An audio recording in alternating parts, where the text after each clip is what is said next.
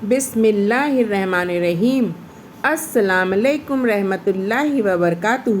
یامی کی چھوٹی سی دنیا میں آپ سب کا سواگت ہے، تو آئیں اور یامی کی چھوٹی سی دنیا میں شامل ہو جائیں۔ حضرت عائشہ رضی اللہ عنہ فرماتی ہیں کہ جب مسلمانوں کو قریش مکہ کی طرف سے سخت تکلیفیں دی جانے لگیں تو حضرت ابو بکر صدیق رضی اللہ عنہ ہجرت حبشہ کے لیے مکہ سے نکلے۔ جب برق الغمہ نامی جگہ پہنچے تو قارہ قبیلہ کے سردار ابن دغنہ سے ملاقات ہو گئی۔ اس نے پوچھا، ابو بکر رضی اللہ عنہ کہاں جا رہے ہو؟ حضرت ابو بکر رضی اللہ عنہ نے جواب دیا، میری قوم نے مجھے نکال دیا ہے، میں کسی دوسرے ملک جا رہا ہوں تاکہ اپنے رب کی عبادت کر سکوں۔ ابن دغنہ نے کہا، ابو بکر رضی اللہ عنہ تجھ جیسا شریف آدمی نکلتا ہے نہ نکالا جاتا ہے، تم بے سہاروں کو سہارا دیتے ہو اور صلح رحمی کرتے ہو اور دوسروں کا بوجھ یعنی قرض اپنے سر لیتے ہو، مہمان کی عزت کرتے ہو اور جھگڑوں میں حق کی حمایت کرتے ہو، لہٰذا میں تمہیں اپنی پناہ میں لیتا ہوں اور واپس چلو، اپنے شہر میں رہ کر اپنے رب کی عبادت کرو۔ حضرت ابو بکر رضی اللہ عنہ ابن دغنہ کے کہنے پر مکہ واپس تشریف لے گئے۔ شام کے وقت ابن دغنہ حضرت ابو بکر رضی اللہ عنہ کے ساتھ قریشی سرداروں کے پاس گیا اور کہا، ابو بکر رضی اللہ عنہ جیسا آدمی از خود کبھی نہیں نکلتا نہ نکالا جاتا ہے، کیا تم ایک ایسے آدمی کو نکالنا چاہتے ہو جو بے سہاروں کا سہارا ہے، صلح رحمی کرتا ہے، دوسروں کا بوجھ اٹھاتا ہے، مہمان نوازی کرتا ہے اور معاملات میں حق کی حمایت کرتا ہے؟ قریش نے ابن دغنہ کی امان تو رد نہ کی، البتہ یہ کہا کہ ابو بکر رضی اللہ عنہ کو تاکید کر دو کہ اپنے گھر میں رہ کر اللہ کی عبادت کرے، نماز پڑھے، قرآن پڑھے جتنا چاہے، لیکن ہمیں ان باتوں سے اذیت نہ پہنچائے اور نہ ہی اعلانیہ یہ کام کرے۔ اس کے اعلانیہ کام کرنے سے ہمیں ڈر ہے کہ ہماری عورتیں اور بچے فتنے میں پڑ جائیں گے۔ ابن دغنہ نے یہ ساری باتیں حضرت ابو بکر رضی اللہ عنہ سے کہہ دیں۔ حضرت ابو بکر رضی اللہ عنہ اس شرط پر مکہ میں قیام پذیر ہوئے کہ وہ اپنے گھر کے اندر ہی اپنے رب کی عبادت کریں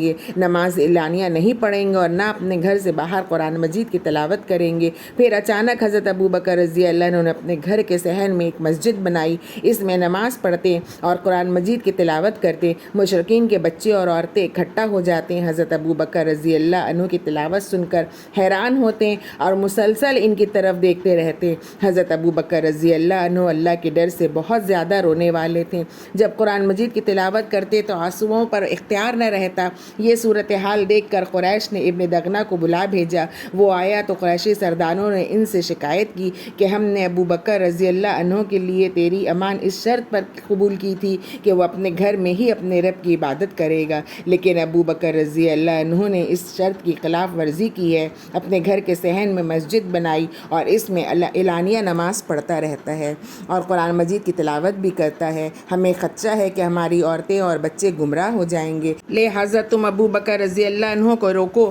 اگر وہ چاہے تو اپنے گھر کے اندر رہ کر اپنے رب کی عبادت کرے، لیکن اگر وہ نہ مانے اور اعلانیہ عبادت کرنے پر اصرار کرے تو پھر اس سے اپنی امان واپس لے لو، ہم تمہاری امان نہیں توڑنا چاہتے، لیکن ابو بکر رضی اللہ عنہ کی اعلانیہ عبادت ہمیں کسی صورت برداشت نہیں ہے۔ چنانچہ ابن دغنہ حضرت ابو بکر رضی اللہ عنہ کے پاس آیا اور کہا کہ ابو بکر رضی اللہ عنہ، میں نے تمہارے معاملے میں قریشی سرداروں سے جو شرط طے کی تھی وہ تجھے معلوم ہے، یا تو اس شرط پر قائم رہو یا میری امان واپس کر دو، میں یہ پسند نہیں کرتا کہ عرب لوگ یہ سنیں کہ میں نے جس کو امان دی تھی وہ توڑی گئی ہے۔ حضرت ابو بکر رضی اللہ عنہ نے جواب دیا، میں تیری امان واپس کرتا ہوں اور اللہ عز و جل کی امان پر راضی ہوں، اسے بخاری نے روایت کیا ہے۔ کو اگر میرا یہ ویڈیو پسند آیا ہو تو لائک کریں، شیئر کریں، سبسکرائب کریں اور ہاں بیل آئیکن میں کلک کرنا نہ بھولیں اور کمنٹ کے ذریعے مجھے اپنے قیمتی مشوروں سے نوازیں۔ خوش رہیں، اپنا خیال رکھیں، اگلے ویڈیو میں پھر بہت جلد ملاقات ہوگی، تب تک کے لیے اللہ حافظ۔